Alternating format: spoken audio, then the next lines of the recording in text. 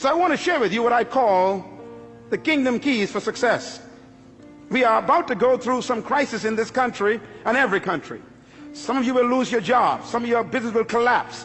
Some of you will have downsizing and right-sizing. Some of you will have problems trying to keep your house. And some of you are going to actually lose your capacity to generate income. And I've been sent here by God, perhaps just among the other leaders, to tell you, look, if you're going to make it through the crisis, you have to focus on management.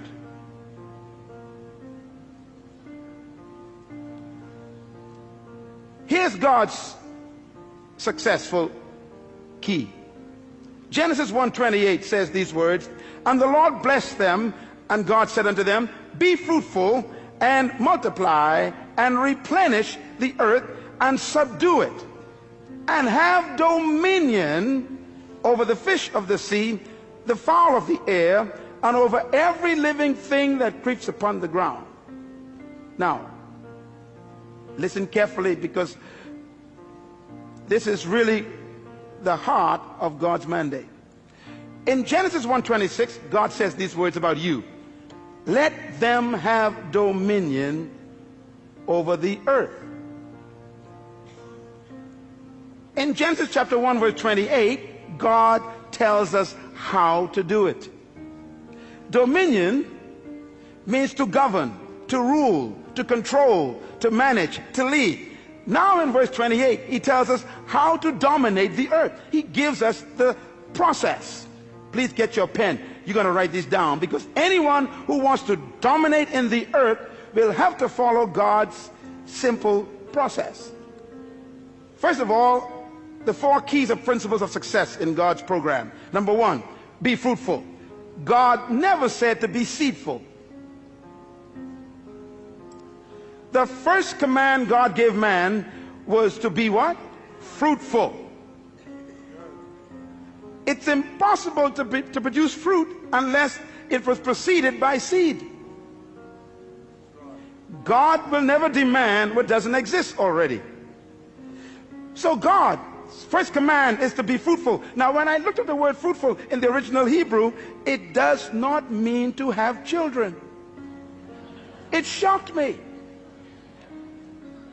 For example, if having children was the essence of God's command, then Abraham didn't do a good job with just one legitimate child.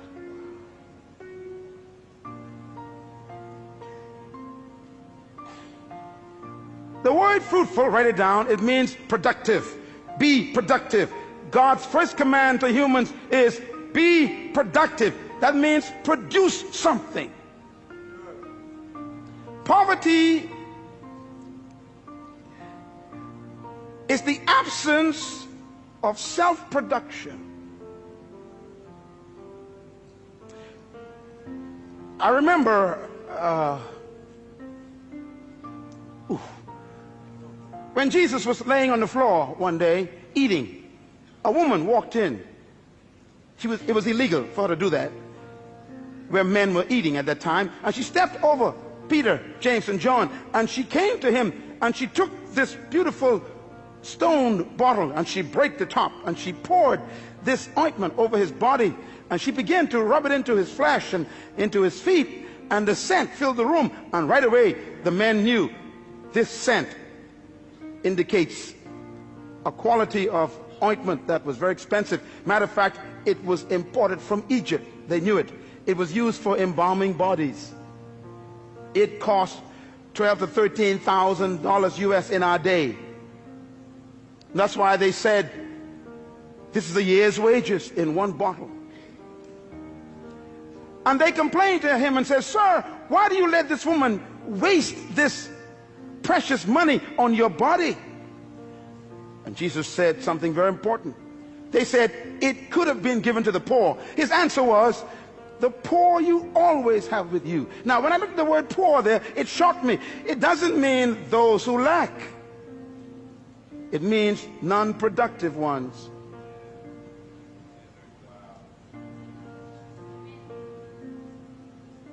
The first command of God is produce.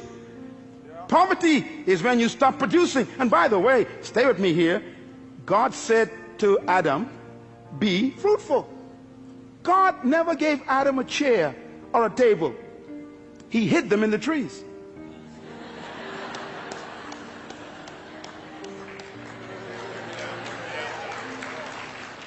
God never gave man shoes. He hid them in the cows. God never built a building before. He hid the buildings in the dirt, in the concrete. He hid the cars in the ore, in the mountains. Be fruitful. Be productive. The future of Australia is not in America or England. It's in Australia. The capacity to produce is right here. Poverty is a lack of creativity, not a lack of resources. There is no crisis except a crisis of creativity. No money has left the planet.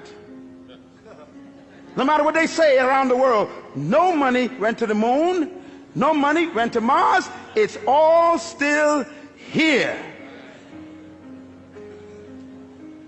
And it will be attracted to creativity, because crisis creates creativity and innovation. It is those who are productive that will attract resources.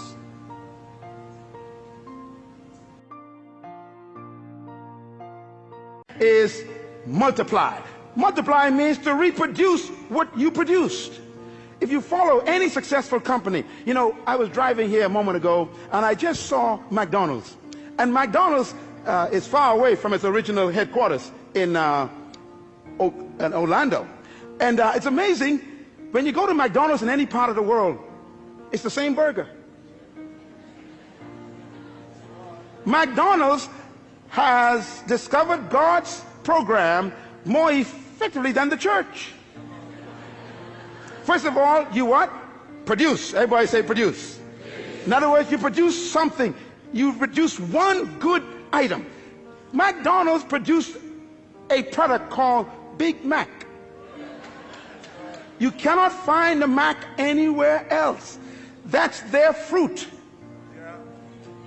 But having a good product, you will still die of starvation. A good idea doesn't make you wealthy or successful. You got to be able to move to stage number 2. Multiply. Reproduce it. McDonald's have to develop a system that can produce 1 billion burgers every single month. And it's the same Big Mac. In China, in Ukraine, in Mexico, it's the same burger. In the Bahamas, in Jamaica, in Trinidad, in London, it's the same burger. Why? They have learned to move God's second stage. They produce and then they reproduce. Every successful business on earth has stolen God's process, and only the church have missed it. That's why we're broke. Microsoft, Bill Gates produced one good fruit, and then he put the system in to multiply it. What you cannot reproduce will die. The third command of God is very important. He said replenish. Everybody say replenish. The word replenish means to distribute. You know, it's incredible. God's ideas are all business ideas. Why? You are a manager. No matter how good your product is, and no matter how many times you reproduce it, nothing can destroy a company faster than dead inventory. Come on, businessmen, talk to me. You can have the best product in the world in the warehouse and still die of starvation. You must move to the third level of success, and that is distribution. This church was not built by God just to become a good product. He wants to reproduce this 1,000 times in the city. And then he wants to distribute it to other nations of the world.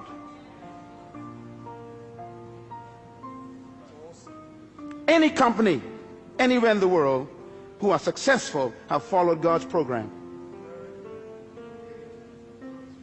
The fourth level of God's success management program is, he said, subdue. Subdue means to control the market.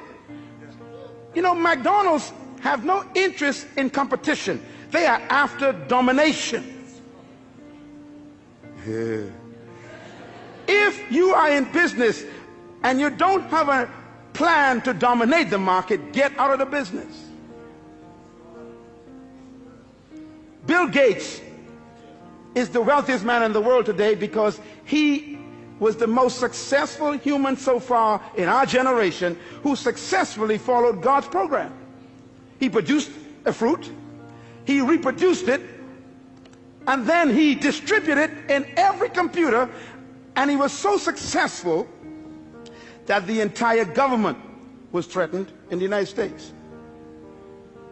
He began to dominate the entire computer market. So they called him into Congress, sat him down, and said, "You can't do this. You're too successful. You can't control every computer in the world." His success made him a threat. What are you doing with your gift? That's why I'm here today. You were born with a gift. Oh, I need 2 more sessions for this. This is too important. Listen to me. Your life is a packaged seed bag.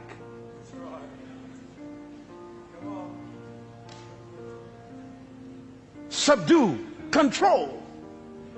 And God says if you follow these 4 principles, be fruitful, produce your gift, your product, multiply, reproduce it, replenish, distribute it, subdue, control the market, the result will be dominion.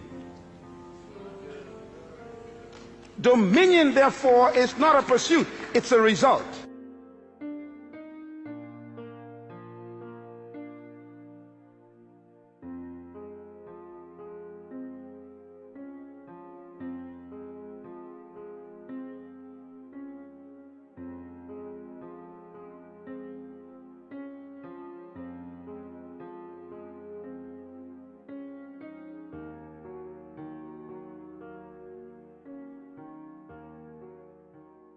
Thank you.